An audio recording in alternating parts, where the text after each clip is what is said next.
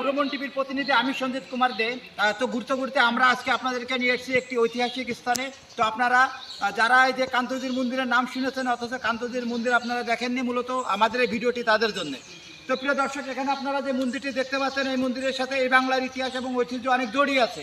এই মন্দিরটি নির্মাণ কাজ শুরু করেছিলেন দিনাজপুর রাজ্যের রাজা প্রাণনাথ। তো আপনারা জানেন যে দিনাজপুর রাজ্য আজকে যে দিনাজপুরে রাজ্যর প্রতিষ্ঠা হয় 1414 খ্রিস্টাব্দে রাজা গণেশের রাজকর্মচারী দীননাথ, যার নামের সাথে আজকের যে দিনাজপুর, সেই দীননাথ যার নাম অনুসারে আজকের দিনাজপুর। আর এই দিনাজপুর রাজ্যের যে রাজা, তার ভিতরে যে দুজন শুদ্ধ সন্তান ছিলেন, তাদের ভিতরে একজন রাজা প্রাণনাথ আর একজন তার পালিত পুত্র রাজা রামনাথ। তো আপনারা যে মন্দিরটি দেখতে পাচ্ছেন, এই মন্দিরটি রাজা প্রাণনাথ সে তার জীবনের শেষ পর্যায়ে 1704 খ্রিস্টাব্দে এই মন্দিরের নির্মাণ কাজ শুরু করেন, আর এই মন্দিরটি সমাপ্ত করেন তার পালিত পুত্র রাজা রামনাথ।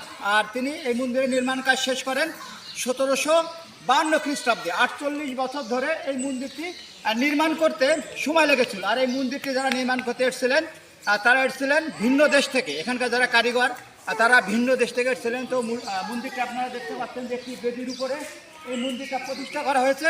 এবং এই মন্দিরের সবথেকে বড় যে বৈশিষ্ট্য, সেটি হচ্ছে যে এখানে 15,000-এরও বেশি উন্নত মানের পোড়া মাটির আপনার শিল্পকর্ম ব্যবহার করা হয়েছে। এখানে আপনারা এর সারা শরীরে মন্দিরটার গায়ে যে আপনারা শিল্পকর্মগুলো দেখতে পাচ্ছেন, এগুলো কিন্তু সবই পোড়ামাটির এবং উন্নত মানের পোড়ামাটির। এখানে যে পোড়ামাটির 15,000 যে ফলক আছে, সেটা 3 ভাগে ভাগ করা আছে। এর কার্নিশে আপনারা দেখতে পাবেন যে এর কার্নিশে পোড়ামাটির যে ফলকগুলো আছে, সেখানে মুঘল সম্রাটদের তাদের শিকার, তাদের জীবন প্রণালী, তার উপরে এই শিল্পকর্ম করা।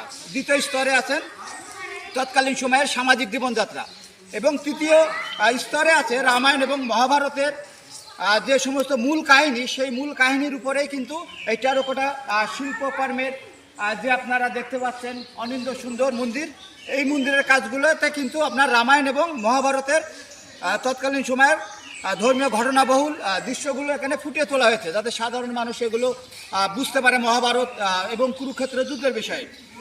তো প্রিয় দর্শক, এই মন্দিরটি আপনার 3 তলা বিশিষ্ট, এবং এই মন্দিরে যতগুলো দরজা আছে প্রত্যেক জায়গা থেকে ভিতরে যে মূর্তি আছে, কৃষ্ণ মূর্তি, সে কৃষ্ণ মূর্তি দেখা যায়। তো প্রিয় দর্শক, আমরা এর আগে ভিডিওতে আপনাদেরকে দিনাজপুর রাজ পরিবারের যে রাজবাড়ি, সে রাজবাড়িতে দেখিয়েছিলাম।